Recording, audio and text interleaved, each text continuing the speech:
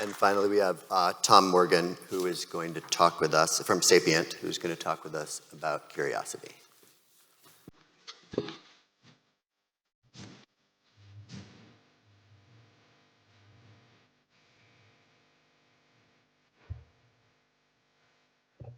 So I'm not going to talk about a stock today.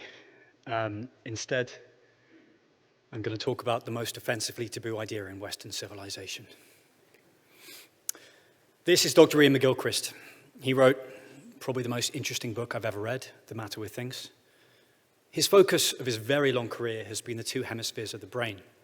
Now, you're probably thinking this brain hemisphere stuff has been debunked. It hasn't. It's just nuanced.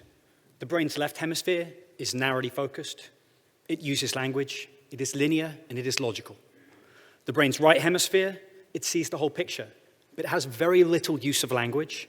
It is emotional and intuitive. I like to think of the left hemisphere as like a junior analyst. Amazing modeling, but lives in the model. The right hemisphere is the intuitive Druck Soros type that makes these amazing instinctive decisions, but can't always explain why.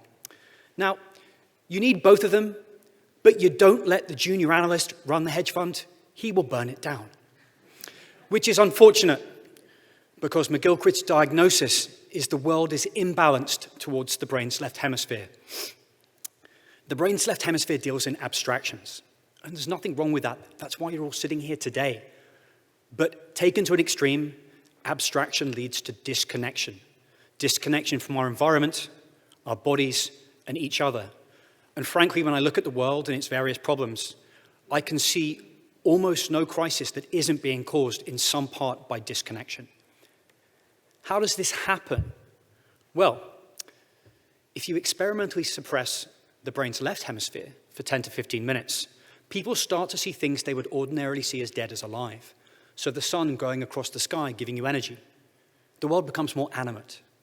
But if you experimentally suppress the brain's right hemisphere for 10 to 15 minutes, people start to see living things as dead. So other human beings become like zombies or machinery or furniture.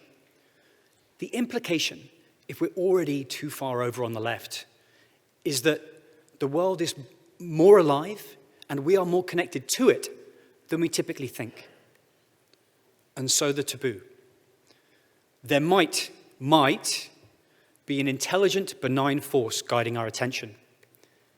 Why is this so offensively taboo? Well, we reject any external challenges to our intellect. The left hemisphere by nature is competitive, it lies, and it denies the existence of anything more intelligent than itself. I think we all know those people.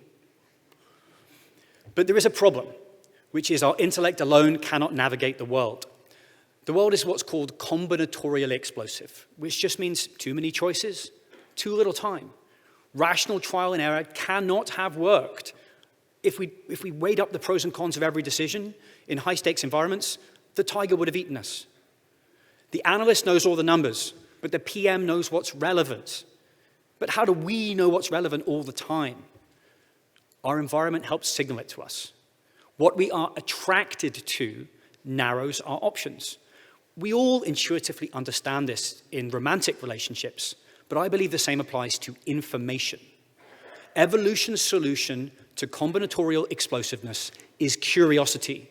Now, the dictionary definition of curiosity is a strong desire to know or learn something. A definition that I find rubbish. Doesn't tell you anything. A strong desire, where does it come from? To learn something. To learn what? Question. Please ask yourself, and I do mean please ask yourself, this is not a rhetorical device.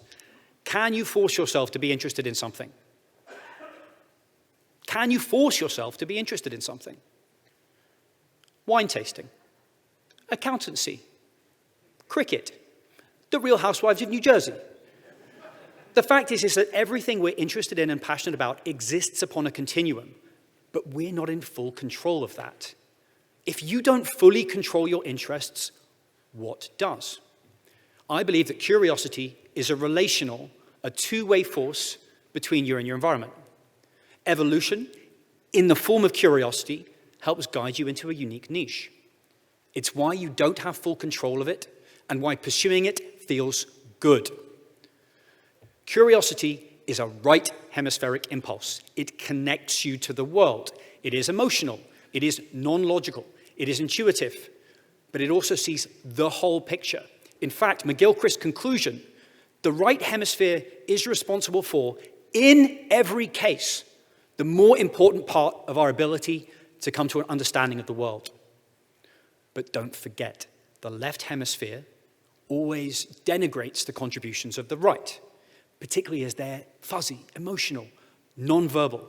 So following your curiosity requires faith. But I will leave you with probably my most heretical belief.